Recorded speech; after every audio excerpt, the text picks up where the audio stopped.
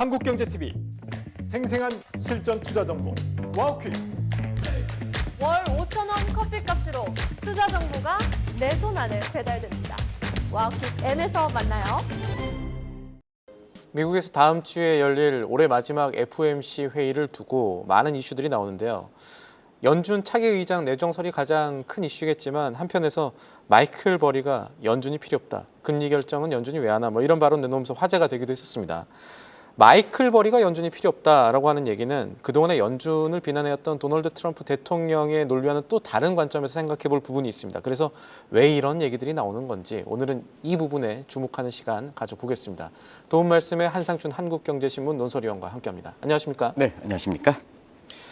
자, 위원님, 오늘은 AI 관련해서 노이즈가 좀 있었습니다만 그거를 3대 지수가 다 극복한 모습입니다. 어떻게 보셨습니까, 오늘? 네, 우리가 이제 한국경제TV에서 AI 거품에 대해서 증시가 좀 안 좋을 때 연말에 랠리가 올 것이냐 하는 이 주제를 가지고 얘기하고 있는데요.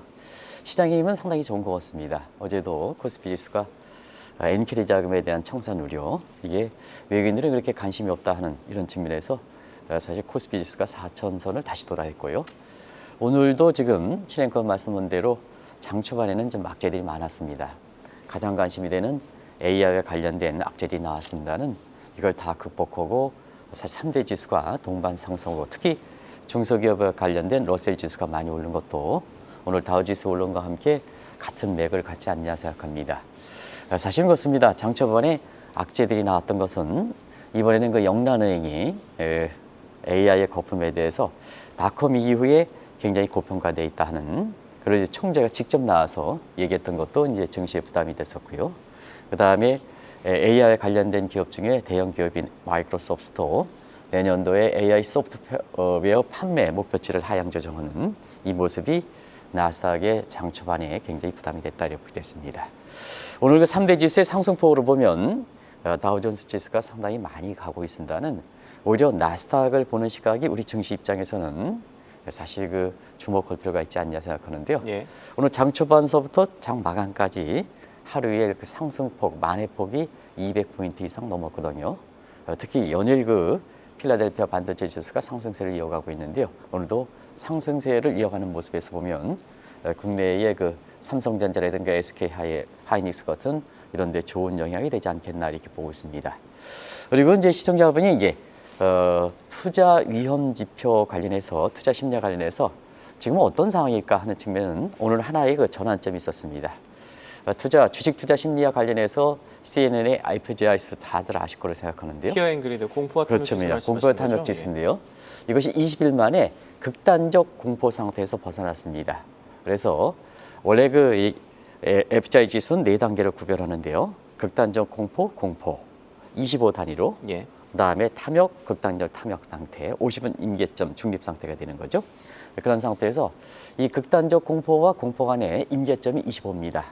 근데 오늘은 27 정도로 갔습니다. 그래서 극단적 공포 사항이 20일 만에 극복했던 것도 오늘 시장에서 보면 주식 투자 심리와 관련해서 굉장히 개선되고 있다는 걸 단적으로 보여주는 대목이다 이렇게 됐습니다. 이 대목이 한때는요. AI 거품에 정점이 있었을 때 그때가 제 기억으로는 11월 한 20일 정도 이때였는데요. 7까지 떨어졌습니다. 예, 맞습니다. 예, 금융위기 당시에 7까지 떨어졌었습니다. 거의 그때의 상황이었습니다. 그래서 이것이 금융위기 당시에 시스템이 이기냐 하면 심리적인 모습이냐 해서 심리적 모습을 이렇게 시스템에는 문제가 없다. 펀더멘털은 문제가 없다. 심리다. 그래서 7까지 떨어졌는데요. 지금 7에서 27까지 올라갔던 것도 주식과 관련돼서 왜 이렇게 3대 지수가 악재를 극복하고 이렇게 동반 상승을 보이는가 하는 이 측면이 보여주는 지표가 아니냐 생각합니다. 오늘 그 매일매일 이게 뉴스의 경쟁이고 또 이렇게 특히 한국은 글로벌 뉴스의 경쟁이 많기 때문에 대부분 다 이렇게 내용들이 겹칩니다는 새벽 1시에 일어나서 오늘 시청자분한테 뭐를 전해드릴까 하는 쪽을 궁금하다가 마이클 버리가 신뢰가 떨어지긴 했습니다는 마이클 버리가 페드가 필요 없다. 그러면 실현 여부와 관계없이 세계 중앙은행 격인 페드가 필요 없다 하는 이런 쪽에 한번 상상을 해볼 수가 있겠습니까? 그러다 보니까 월가에서도 이 대목에선 실현 여부와 관계없이 최대 화제성 뉴스가 됐다 이렇게 됐습니다. 일단은 그러면은 페드 관련 뉴스들, 연준 관련 뉴스들 먼저 점검하고 또 제가 드리고 싶은 질문도 하나 드려야 될 것 같아요. 일단은 다음 주 올해 마지막 FOMC 놔두고 계속해서 대형 이슈들이 나오는 어떤 배경 혹은 원인들도 있을까요? 아니면 그 이슈 자체에 집중을 해야 됩니까? 네, 사실은 그 12월 달 같은 경우에는 다음 연도에 그 통화정책 방향을 결정하는 거거든요. 예. 그러면 경제 전망, 셉이 좀 관심이 될 거로 이렇게 보이고요. 그다음에 내년도 통화정책 관련해서는 점도표의 중립금리 내용들이 어떻게 될 것이냐 하는 것이 과거에 사실 12월 회의에서 주는 주안점을 두었습니다. 경우에 따라서는 기준금리보다도 내년도에 통화정책 관련해서 셉의 내용이라든가 점도표의 변경 사항에 더 관심이 됐었습니다. 그런데 올해는 이런 기준금리 이런 것들 셉이라든가 점도표보다 대형 뉴스가 나오는 것은 결과적으로 보면 파월 임기가 맞물려 있기 때문에 상원 절차를 가면 시기적으로 보면 지금 상태에서 임명돼야 되는 시점이고요. 그다음에 프로젝트 2025 계획에서 계속해서 페드의 폐지라든가 개선이 얘기됐던 사항이거든요. 그런 측면이 뉴스성이 나오고 있는데요. 오늘 그 마이클 버리도 같은 프로젝트 2025 계획과 맥을 같이 하죠. 예. 이런 쪽이 내는데요. 그런 측면에서 보면 사실은 이 문제에서는 페드 내부에 여러 가지 문제가 있는 것이 아닌가 하는 이 측면에서 시장에 공감대가 되는 상태에서 이 뉴스에 대해서 사실 관심들이 높아진다 이렇게 됐습니다. 그러면 페드 내부에 무슨 문제가 있을까 하는 측면은 역시 그 내부의 문제가 고스란히 전해주는 게 기준금리 결정 방식이다 이렇게 됐습니다. 예. 뭐 아시겠습니다는 기준금리를 결정하더라도 분열 속의 기준금리가 뭐 0.25%포인트도 인하됐다 하면 시장에 미치는 영향이 굉장히 혼선을 초래하죠. 그리고 가능한 만장일치 방식을 하는 것은 이번에 이렇게 시장에 미치는 영향은 이번에 결정은 페드의 의향이 집표돼 있다. 특히 12월 같은 건 다음 연도에 그 방향성을 제시하기 때문에 대체로 과거에는 12월 달에 기준금리 결정은 만장일치 방식으로 했습니다. 근데 지금까지 나오는 걸 이렇게 보면 각종 설들이 많이 나오는 것은 이견이 있는 멤버들이 12월 FOMC 회의가 다가질수록 많아진다는 얘기입니다. 그리고 과거에는 이렇게 이견이 있을 때는 페드 의장이 사전 조율이 가능했거든요. 예. 그래서 만장일치로 됐는데, 자 페드의 파월 의장이 지금 상태에서 사전 중재력이 있을까 하는 측면이거든요. 그런 과정에서 이번 같은 경우에는 9월 달에 이미 금리 인하가 됐습니다는 여기에 대해서 반대하는 시각이 나타났습니다는 이번엔 그게 다를 것이다. 그러면 페드 내 대분열이다. 그러면 페드 내 대분열이어서 0.25% 금리를 이렇게 인하했다 하더라도 시장에 미치는 영향을 줄 때는 마이클 버리 같은 사람들은 자 페드 폐지와 함께 또 한 가지는 시장에 큰 영향을 미치지 못하고 당신 내부적으로 그렇게 대분열을 일으킨다면 금리를 왜 결정하느냐 이런 얘기가 나올 수가 있겠죠. 그런 맥을 같이 한다고 보이겠습니다. 알겠습니다. 저희가 지금 연준 문제들을 보고 있는데 차기 의장 관련해서 하나 질문이 있습니다. 뭐냐면 지금 케빈 헤셋의 차기 연준 의장 부임이 굉장히 유력한 가운데 그렇게 되면은 한편에서는 국채 시장에서는 미국채를 투매할 수 있다라는 시각들도 나오는 것 같습니다. 이거는 어떤 이유 때문에 그렇습니까? 네, 앞서 이렇게 나오신 분이 금리를 인하하면 주식 시장이라든가 이런 위험 자산 쪽으로 포트폴리오를 이렇게 재변경해야 된다 하고 그리고 채권 쪽이라든가 금리 인하를 이렇게 하면 사실 채권에 대해서 투자 매력이 있는 거 아니겠습니까? 그런 측면인데 파이낸셜 타임스 같은 경우에는 캐비넷에 있을 때는 규정사실화되는 것 같습니다. 그 기사 내용을 보면 캐비넷을 전제로 해서 그러면 왜 국채 투매가 된다면 금리가 인하하더라도 국채 매력이 없는 거죠. 투매가 되니까 예. 가격이 폭락하니까 그런 측면에서 왜 그럴까 하면 자 미국은 국가 채무가 많은 상태입니다. 이런 상태에서 항상 페드는 최고 통수권자를 비롯한 행정부의 견제 기능을 해야 되거든요. 그런데 트럼프의 가장 입맛에 맞는 사람이 되면 페드가 신여가 된다는 얘기입니다. 예. 지금 국가 부도 얘기가 있는 상태에서 3대 평가기관들이 미국의 신용등급을 떨어뜨리고 추가적으로 떨어뜨릴 경고하는 상태에서 사실 캐비넷이 견제 기능을 못한다면 트럼프의 재정정책 기조는 못 냅니까? 피케트 공식 방식이라든가 현대통화 이러는 대로 빈대서 더 쓰자. 그럼 민간에서 국채를 발행한다면 소화하기 어렵다면 결과적으로 중앙은행이 견제하지 않고 사준다는 얘기입니다. 예. 사주면 어떻게 되겠습니까? 결과적으로 보면 사실 국채 부분의 투자 매력이 투자 매력이 떨어지는 거죠. 그래서 국채를 투매하게 된다 이렇게 보게 됐습니다. 그래서 일반적으로 생각하는 것처럼 미국의 캐비닛이 금리 인하에 가장 전향적인 인물이 되면 미국의 국채 투자가 매력 있지 않겠느냐 이렇게 추천한 시각과는 다른 각도에서 파이낸셜 타임스가 정면으로 반박한 이론이 된다 이렇게 보게 됐습니다. 국채 장기 금리에 문제가 생길 수 있다는 얘기도 상통하는 부분이 될 것이고요. 네네. 마이클 버리 얘기로 좀 돌아가 보겠습니다. 지금 시장에 어쨌든 영향을 주는 투자자가 연준 필요 없다라고 했다는 거는 지금 연준 결정들이 결과적으로 시장에 혼선을 줄 수 있는 구조가 점점 더 커지고 있다 이렇게 봐야 된다라고 해야 될까요? 이미 이제 나타나고 있죠. 예. 12월 달에 통화 정책 일서를 보면 가능한 시장의 이례적인 시그널이 줘야 되거든요. 그래서 12월 회의는 만장일치를 해야 됩니다. 그래서 시장에 미치는 생각해서 그동안 페드가 우월적 지위에서 비밀의 사원을 유지하다가 1980년대 이후서부터 계속해서 시장과 친화적으로 나왔던 상황이거든요. 그래서 그 공개된 내용들을 이렇게 보면은 사실 그렇습니다. 질문 3번이 중간 질문이 되기 때문에 질문 3번에 대한 자막이 되겠습니다. 질문 3번 자막을 좀 보여주시기 바랍니다. 그러면 이제 그 이후에 회의록이라든가 이사록이라든가 이런 걸 다 공개했거든요. 예. 특히 금융위 이후에는 사실 페드 의장의 기자 의견까지 공개해서 시장 친화적으로 나갔던 얘기입니다. 그리고 또 한 가지는 이 금융위의 이기 이후에 미국의 기준금리 결정 방식은 시청자 여러분들 다 아시겠습니다만 데이터 디펜던트 방식입니다. 그리고 페드의 멤버들이라든가 지역 연준 총재가라든가 이런 사람들 같은 경우는 사실 금융 부분에 달고났던 전문가들이거든요. 그러면 예를 들어서 데이터 디펜던트 방식과 관련해서 자, 소비자 물가가 나왔다. 이 빨간색 색역들이 나왔다. 전문가들이다.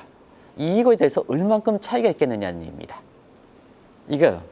그래서 이게 새빨 같아. 아니면 이걸 하얀색이다. 이거 사전 조율을 못하는 거죠. 근데 객관적 지표 2.4%에 대해서 전문가들이 보는 시각이 그렇게 크게 차이가 있겠습니까? 오랫동안 경륜을 갖고 있는 사람들. 예. 그러면 이견이 있다 하더라도 사전 조율이 가능해서 만장일치를 유지하는 방식이거든요. 근데 이번에 페드 내에 대분열이다 할 만큼 이런 얘기가 나오는 데 있어서는 양대 채무지표 이외에 다른 요인이 계제되고 있다는 얘기입니다. 다른 요인이 더 크게 됐다는 얘기입니다. 그래서 12월 FOMC 회의 직전에 이런 대형 뉴스들이 많이 나오게 되는 배경이다 이렇게 보겠습니다.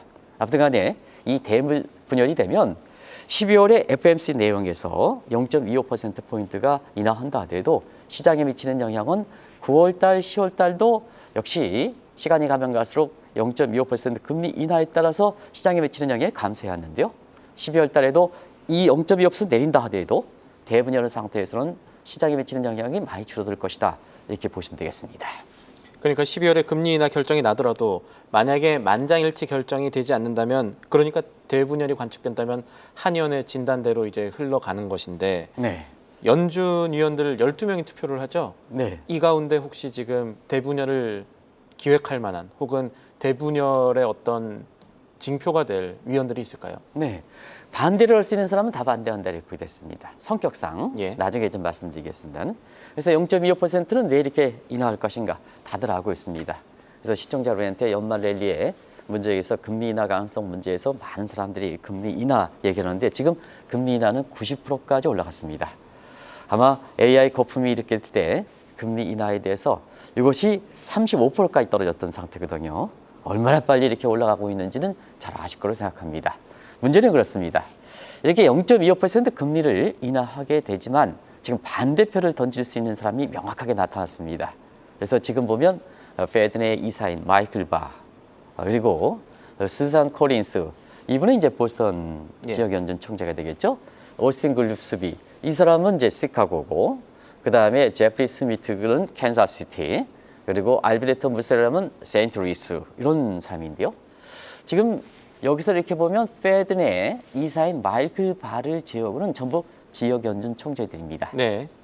지역 연준 총재는 나중에 말씀드리겠습니다는 트럼프로부터 가장 자유로운 사람입니다. 자유로운 사람이기 때문에 지금 상태에서 0.25%포인트 인하에 반대를 할 수 있는 사람 이런 사람들 같은 경우에는 사실 트럼프로부터 자유로운 사람들은 대부분 다 반대하고 있다 이렇게 보시면 되겠습니다. 이게 페드 내 사실 그리고 페드의 그 금리를 결정하는 사람들은 12명이거든요. 지금 상태에서 5명입니다. 7대 5죠. 예. 근데 의사와 관계없이 금리 인하에 협조할 수 있는 사람이 있습니다. 지금부터 한번 보겠습니다.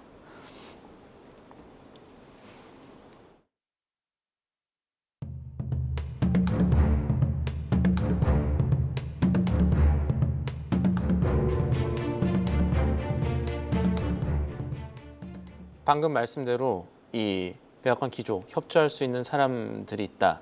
이 부분도 흥미로운데 여기에 대한 얘기도 좀 자세히 듣고 싶습니다. 뭐 아실 수 있겠습니다는 금리를 결정할 수 있는 페드 내 멤버들은 이제 12명이 되겠죠.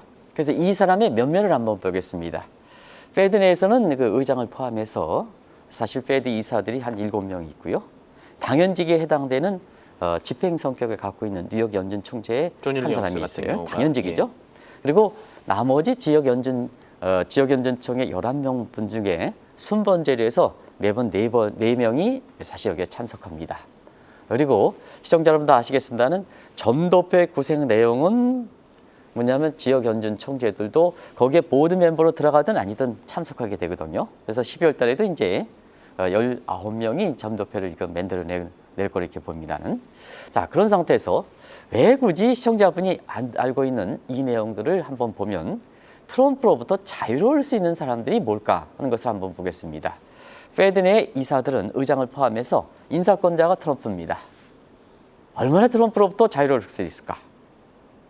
이건 뭐 시청자의 판단에 맡기겠습니다.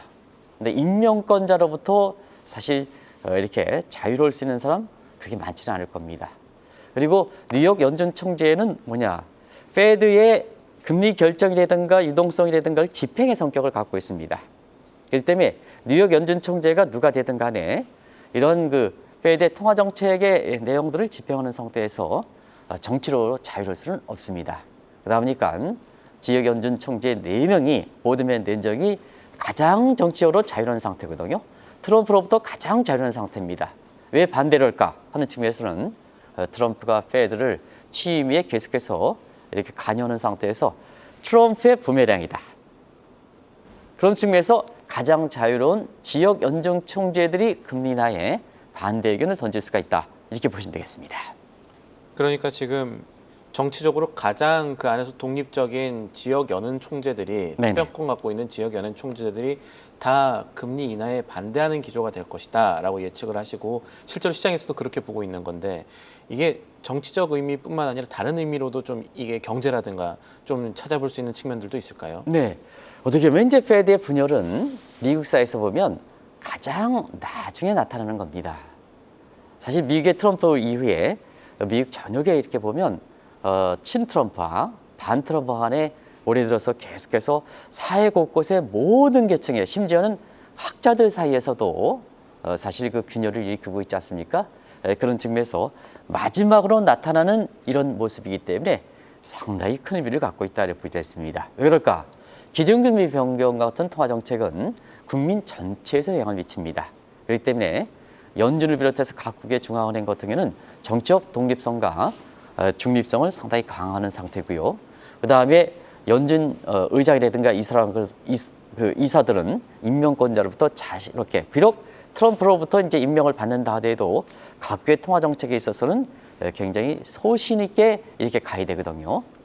그리고 임명권자는 이런 금리 결정이라든가 국민 전체에 영향을 미치기 때문에 대신 대로 자기한테 관련돼 있는 스포츠 시스템, 자기의 뭐 대선 과정에서 기여했다든가 자기와 개인적 연이했다든가 자기의 정치적 성향과 내지는 경제관과 맞는 사람 이런 사람을 임명시키는 이 스포츠 시스템보다는 그 분야의 가장 경륜과 전문적 지식과 이런 사람을 갖고 있는 사람으로 임명해야 되는 메리트 시스템을 가야 되거든요. 근데 이 세 가지 대목에 대해서 트럼프는 얼만큼 이렇게 자유롭습니까? 오히려 노골적으로 페드를 간섭했다 이렇게 보시면 되겠습니다. 기준금리 같은 경우는 노골적으로 이 적정순이라는 말을 이렇게 트럼프는 잘 이해를 못하는 것 같은데요. 기준금리의 적정선 같은 경우는 1%까지 내려야 된다. 자, 기준금리는 정책적으로 결정하는 사항입니다. 적정선이라는 게 테일러 준칙이라든가 이런 거에서 적정선을 산출할 수 있을까 하는 이 측면입니다. 그런 측면인데 이렇게 적정선을 해서 1%까지 떨어뜨려야 된다. 그리고 베센트 같은 경우는 2.5%까지 떨어져야 된다. 이런 대목에서 기준금리의 노골적 입장을 취했다는 것은 올해 통화정책을 결정할 때 가장 중요한 사항 중에 결산 내역이 될지도 결산 사항이 낼 수도 있는 상태고요. 지금 이 대목에서 세계 10대 뉴스에서 트럼프 대통령과 베센트가 기준금리를 이렇게 노골적으로 내리다는 뉴스는 한 7, 8위 정도로 굉장히 비중 있게 아마 결산 내용으로 들어갈 거로 이렇게 보고 있습니다. 예. 왜냐하면 미국의 페드가 각국의 중앙은행의 통화정책에 결정하는 사항을 이렇게 결정하는 정도로 본다면 페드의 내용은 결국 세계 경제 뉴스, 국제금융시장의 뉴스이기 때문에 그렇습니다. 이 정도로 이렇게 되거든요. 그리고 인사권에 있어서는 원래라든가 보험만이라든가 마이라든가 해서 주도 면밀하게 되고 차기장도 가장 자기에 맞는 캐비넷이 이렇게 거의 확정된 상태 아니겠습니까? 그러다 보니까 결과적으로 트럼프의 부메랑에 의해서 지역 연준이 이렇게 반대를 하는 거 아닌가 이렇게 보고 있습니다.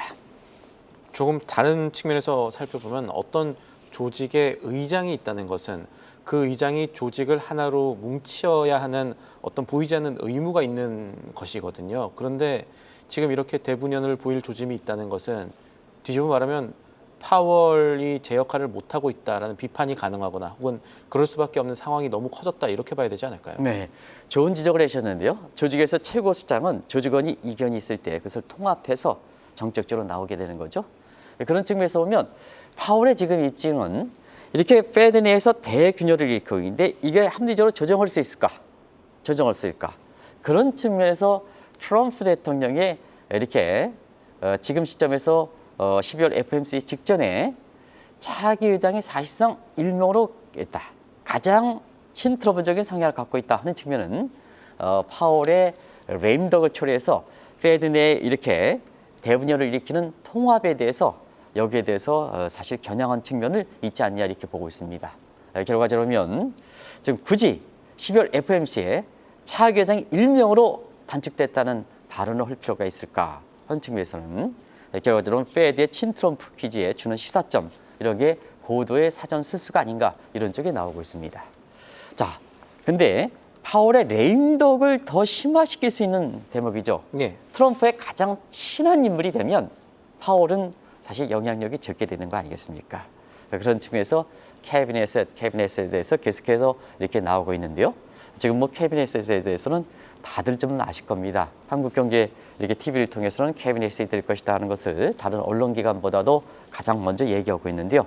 발표는 크리스마스 직전이냐 내년 초냐 뭐 이렇게 해서 내년 초로 그 넘어가는 이런 이점상에 이렇게 시기상의 이견이 있긴 합니다는 결과적으로 내년 취임 이전에 이렇게 차기정을 이행했고 내년 1월 말에 있는 2026년 첫 회에서부터 사실상 파월의 임기는 2026년 5월이 되지만 실질적인 권한은 차기 의장으로 넘어가는 것이 아닌가 이런 쪽의 시각들이 나오고 있습니다. 어쨌든 마이클 버리가 페드의 폐지 필요 없다는 여부와 관계없이 사실상 지금에 나타나는 모습들을 시청자 여러분에 전해드리면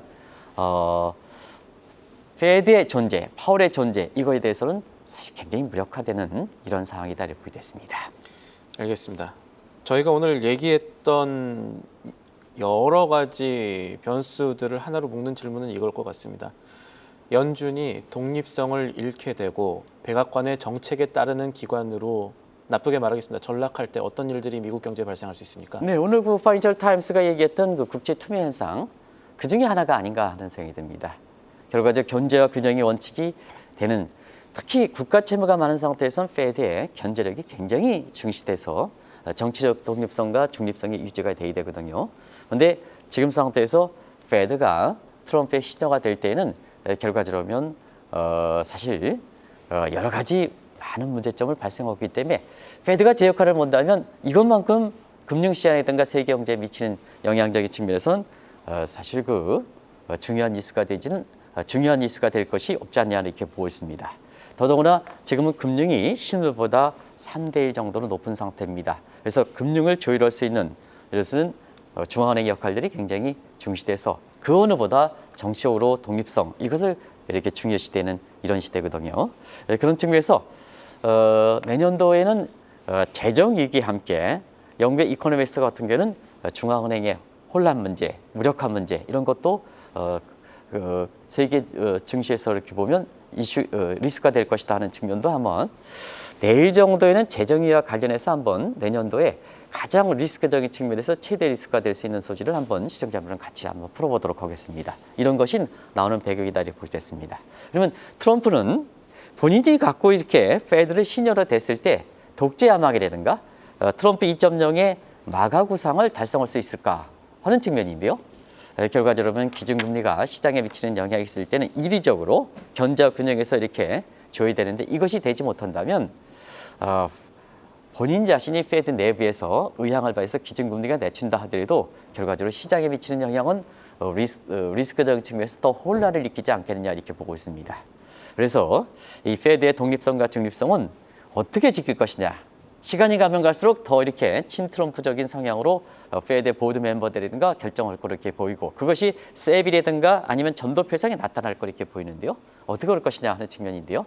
지금은 친트럼프 퀴즈들이 사실 본인이 페드 이사든 의장으로 임명되더라도 임명권자와 관계없이 소신대로 이렇게 집행하는 이런 쪽이 마지막 최후의 버팀목이 되지 않겠냐고 보고 있습니다. 과거에도 이렇게 아시겠습니다는 집권 1기 때에도 그때 잘하는 제닛 앨런을 하고 파월 의장을 이렇게 있습니다는 파월 의장도 2019년 금리 인상이냐 금리 인하냐 트럼프의 금리 인하가 있어서 금리 인상 제갈 길을 갔거든요. 물론 갈등의 소지가 있지만 예. 페드의 독립성과 중립성을 지키는 상태에서 페드의 기능이 과거보다 약화되게 했지만 지금까지 그래도 세계 금융시장에서 주목하는 이러한 위상을 지킬 수가 있다. 그 대목이 지금 마지막 버팀목이 되지 않겠냐 이렇게 보고 있습니다. 알겠습니다. 오늘 말씀 여기까지 듣도록 하죠. 지금까지 도움 말씀에 한상춘 한국경제신문 논설위원이었습니다. 위원님 오늘도 감사합니다. 네, 고맙습니다. 계속해서 다양한 경제 이슈를 알고 싶다면 구독과 좋아요, 알림 설정 부탁드립니다.